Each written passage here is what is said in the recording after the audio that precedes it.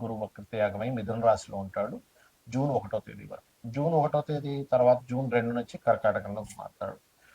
కాబట్టి జూన్ వక్రగతి పోవడం మూలంగా మిథునంలో ఉంటూ తర్వాత కర్కాటకంలోకి వెళ్ళేటువంటి స్థితి మూలంగా కలిగేటువంటి ఫలితాలు ఏమిటి? అదేవిధంగా మీ జన్మజాతకంలో కూడా గురువు కానీ లేకపోతే ఇతర గ్రహాలు వక్రించినప్పుడు కలిగే ఫలితాలు, అదేవిధంగా మీరు ఏ దేవత ఆరాధన చేయాలి, ఏ విషయాల పట్ల మీరు జాగ్రత్తగా ఉండాలనేటువంటి అంశాలు చెప్తుంది నేనైనప్పటికీ చెప్పిస్తుంది సాక్షాత్ లలితా అమ్మవారిగా భావిస్తూ ఆ లలితాంబిక అమ్మవారి యొక్క అనుగ్రహం మీకు పరిపూర్ణంగా కలగాలని మనస్ఫూర్తి కోరుకుంటూ, మీకు 3వ స్థానంలో గురువు వక్రగతి జరుగుతుంది. అంటే కరెక్ట్గా పరాక్రమ స్థానము, రాతకోతలు లేకపోతే అగ్రిమెంట్స్ అనుకోండి, రాతకోతలోనే అగ్రిమెంట్స్ అన్న ఒకటే. అలాగే మరొక విషయం ఏంటంటే కమ్యూనికేషన్స్, అన్నదమ్ములు ఈ స్థానంలో జరుగుతుంది. కాబట్టి మీరు ప్రత్యేకంగా మార్చ్ 11వ తేదీ నుంచి జూన్ 1వ తేదీ వరకు ఈ యొక్క అంశాల్లో కాస్త జాగ్రత్తగా ఉండండి. సాధారణంగా గురువు 3లో ఉంటే కొంత శుభగ్రహం 3వ స్థానంలో ఉండడం మంచిది కాదంటారు. కానీ ఇక్కడ ఏమైందంటే కొన్ని విషయాల్లో ధైర్యంగా కొన్ని నిర్ణయాలు కూడా తీసుకుంటారు. అయితే గురువు 4వ స్థానంలో కేంద్ర స్థానంలోకి వెళ్ళినందుకు సహజంగా శుభగ్రహం కేంద్రంలో ఉంటే మంచిదే అంటారు. కానీ ఇప్పుడుండే సినారియో ఎలా ఉంది అంటే ఈ సంవత్సరానికి రాజు కూడా గురువు అయ్యాడు. దాంతోపాటు గురువు యొక్క రాసులు పూర్తిగా స్పాయిల్ అయ్యాయి. అంటే శని మరియు రాహు ఉన్నారు గురువు యొక్క రాసుల్లో. కాబట్టి ఎప్పుడైతే శని రాహువులు ఉన్నారో ఈ శని రాహువులు ఇచ్చేటువంటి రిజల్ట్ ఏమిటి అంటే మీరు ఏదైనా పొరపాటున చూసుకోకుండా ఏదైనా ఒక ప్రాపర్టీ తీసుకున్నారనుకోండి, అంటే మనకు తెలియకుండానే మనం పలానా ప్రాపర్టీ తీసుకున్నామంటే అయ్యో అది అనవసరంగా కబ్జాకు గురైంది లేకపోతే దొంగ డాక్యుమెంట్స్ ఉన్నాయి, ఇటువంటివి అయ్యే ఛాన్సెస్ ఎక్కువగా ఉన్నాయి. కాబట్టి ఈ యొక్క విషయంలో జాగ్రత్తగా ఉండండి. నిర్ణయాలు తీసుకునేప్పుడు కాస్త చూసి తీసుకోండి. పంచమంలో కేతు ఉన్నాడు కాబట్టి ఏలినాడ్స్ని కూడా మీకు నడుస్తుంది. కాబట్టి ప్రత్యేకంగా ఇక్కడ ఏంటంటే గురువు యొక్క స్వరూపం మాడి 4లో ఉన్నందుకు, 12వ స్థానంలో ఇన్వెస్ట్మెంట్ స్థానంలో శని ఉన్నందుకు కాస్త నువ్వులు ఉలవలు ఎక్కువగా దానంగా ఇస్తూ ఉండండి. ఎక్కువగా గణపతి ఆరాధన చేసుకోండి.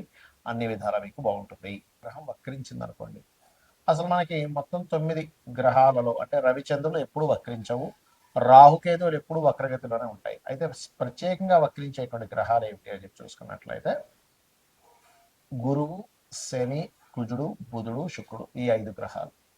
మన పర్సనల్ చార్ట్లో వక్రగతి చెందిన గ్రహానికి నాడీ ఆస్ట్రాలజీలో, భృగునంద నాడీ ఆస్ట్రాలజీలో ఒక విశేషమైనటువంటి అర్థం చెప్పారు. దానికి ఏమిటది? గురువు వక్రించాడు ఉదాహరణకి అంటే జీవుడు తను ఉన్న ప్రదేశం నుంచి మారుతాడు ఒకటి. రెండవది తను ఏ రాశిలో ఉండి వక్రించి ఏ రాశి వైపు వెళ్తున్నాడో దాన్ని బట్టి కూడా రిజల్ట్ ఉంటుంది. ఏ గ్రహాన్ని వదిలిపెట్టి ఇంకే గ్రహంలోకి వెళ్తున్నాడు అనే దాన్ని బట్టి కూడా రిజల్ట్ ఉంటుంది. అక్కడ ఒక శుభగ్రహం ఉండి వదిలిపెట్టి పాపగ్రహం వైపు వెళ్తే ఇతను ఉన్న ప్రదేశం మారడం వల్ల లేకపోతే కొన్ని వదిలేయడం వల్ల చాలా ఇబ్బంది పడతాడని అర్థం. అలా కాకుండా అంటే ఎలా అంటే ఇప్పుడు చూడ మనకి మంచి మనుషులు వదిలేసి అనవసరమైన దీంట్లో వెళ్తున్నాము అని చెప్పొచ్చు. ఏది శుభగ్రహంతో ఉన్నటువంటి గురువు వక్రించి పాపగ్రహం వైపు వెళ్తాయి. అలా కాకుండా పాపగ్రహంతో ఉన్నటువంటిది వదిలేసి శుభగ్రహం వైపు వెళ్తున్నాడు అనుకోండి, మీ లైఫ్లో ఖచ్చితంగా కొన్ని ఇబ్బందులు ఏవైతున్నాయో పోయి మళ్ళీ మంచి టైం వస్తుంది కూడా చెప్పొచ్చు. అయితే జూపిటర్ వక్రగతి అనేటువంటి పాస్ట్ లైఫ్ అని చెప్తుంది. ఏ గ్రహమైన వక్రగతి అంటే పూర్వజన్మంలో కొన్ని దేవతా సంబంధించినటువంటివి, గురు సంబంధించినటువంటివి, అదేవిధంగా స్పిరిచువల్ రిలేటెడ్ సంబంధించినవి, గురువు సేవ సంబంధించినవి కొన్ని మీరు పెండింగ్లో ఉన్నారు. అవి మీరు తీర్చుకోవడానికి ఈ జన్మ ఎత్తారు అనేటువంటిది మీరు అర్థం చేసుకోవాలి. ఇక అంటే ఎవరికైనా గైడింగ్ చేయడం అనుకోండి, టీచింగ్ చేయడం అనుకోండి, ఇవన్నీ కూడా అనుకోండి. ఇక రెండవది శని గనక వక్రించాడు. ఇక్కడ కూడా మీరు శని అంటే కర్మకారకుడు, ఉద్యోగానికి కారకుడు. కాబట్టి ఈ ఉద్యోగానికి కారకుడైన శని మీ జన్మజాతకంలో ఏ రాశిలో ఉన్నాడు?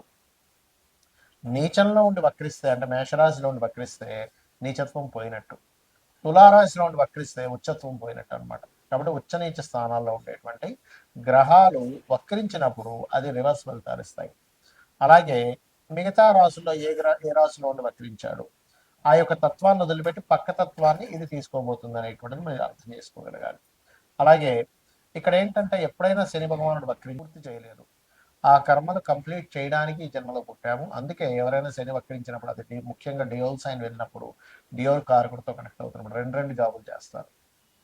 అది. ఇక మరొక విషయం ఏంటంటే ఇక్కడ ఉన్న ప్రదేశం నుంచి ఇతర ప్రదేశాలకు వెళ్తే వీళ్ళ యొక్క కెరీర్ బాగుంటుంది అనేటువంటి సంకేతం మీ జన్మజాతకంలో కనుక శని వక్రించాడంటే.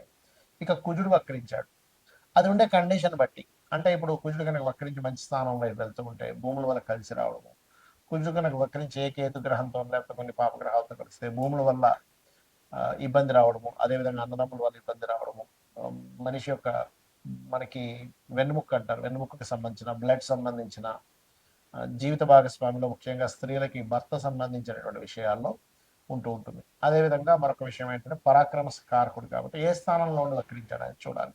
4లో ఉండి వక్రిస్తే 3లోకి వస్తున్నాడు కాబట్టి పరాక్రమం ఉంటుంది. అంటే ఇక్కడ ఏంటంటే అది ఎన్ని డిగ్రీల్లో ఉండి వక్రించింది, ఏ నక్షత్రంలో ఉండి వక్రించింది. బుధుడు వక్రించాలంటే దాని అర్థం ఏమిటంటే నాలెడ్జ్ షేర్ చేయడానికి పుట్టావు నువ్వు. నీవు ఎంత నాలెడ్జ్ని షేర్ చేస్తూ ఉంటే లైఫ్లో అంత ఎదుగుతూ ఉంటావని దీని యొక్క అర్థం. అదేవిధంగా పూర్వజన్మల్లో కొన్ని రిలేషన్స్ పోగొట్టుకొని మరలా ఆ రిలేషన్స్ కనెక్టివిటీ కోసం ఇది ప్రధానంగా గుర్తుపెట్టుకోవాలి. ఇక శుక్రగ్రహం ఎప్పుడైనా సరే గుర్తుపెట్టుకోండి, శుక్రుడు భార్యాకారకుడు, ధనకారకుడు కాబట్టి ధనము ఉన్న ప్రదేశం నుంచి ఇతర ప్రదేశాలకు వెళ్ళడం వల్ల వస్తుందని చెప్పొచ్చు. లేదా ఇతర ప్రదేశాలకి వెళ్ళినప్పుడు కొంతమందికి ఇబ్బంది జరుగుతుంది. ఎప్పుడంటే పక్క రాశుల్లో కనుక అది వక్రించిన రాశి, అంటే ఉదాహరణకి మేషంలో వక్రించాడు, మీనంలోకి వెళ్తున్నాడు, ఉచ్చస్థానం వైపు వెళ్తున్నాడు. అలా కాకుండా మీనంలో ఉచ్చస్థానంలో వక్రించాడు, ఉచ్చస్థానం పోగొట్టుకుంటుంది.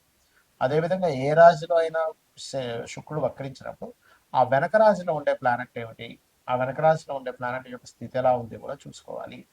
ఇక మీరు ఈ గ్రహాలు వక్రించినప్పుడు దానికి సంబంధించిన, అంటే కొంతమందికి స్త్రీలతో, ఇప్పుడు శుక్రుడు అనుకోండి, స్త్రీలకు చేయాల్సిన కొన్ని బ్యాలెన్స్ ఉండిపోయాయి, అంటే చెల్లి అనుకోండి, భార్య అనుకోండి.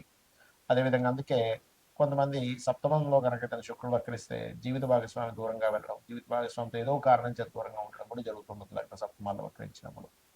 ఇక ఇవన్నీ ఒక ఎత్తు అయితే మీ పర్సనల్ చార్ట్లో మనం గోచార ఫలితాలు ఎలా అయితే చెప్పుకుంటాం, పర్సనల్ చార్ట్లో ఉండేటువంటి లగ్నం నుంచి 12 భావాధిపతులు ఎలా ఉన్నాయో చూసుకోవాలి. అంతేగాని ఎల్నాటి శని వల్లే నాకు ఇబ్బంది వస్తుంది, కాల్సప దోషం వల్ల ఇలా వస్తుంది అని అనుకోవడం కాదు. ఇవి చూసుకుంటూ మీకు సరే మీ జాతకం తెలుగుతుంది రెగ్యులర్గా రోజు లలితా సహస్రనామాల యొక్క శ్రవణం కానీ పఠనం కానీ చేయండి, ఖచ్చితంగా మీకు బాగుంటుంది. శ్రీమాత్రే నమః.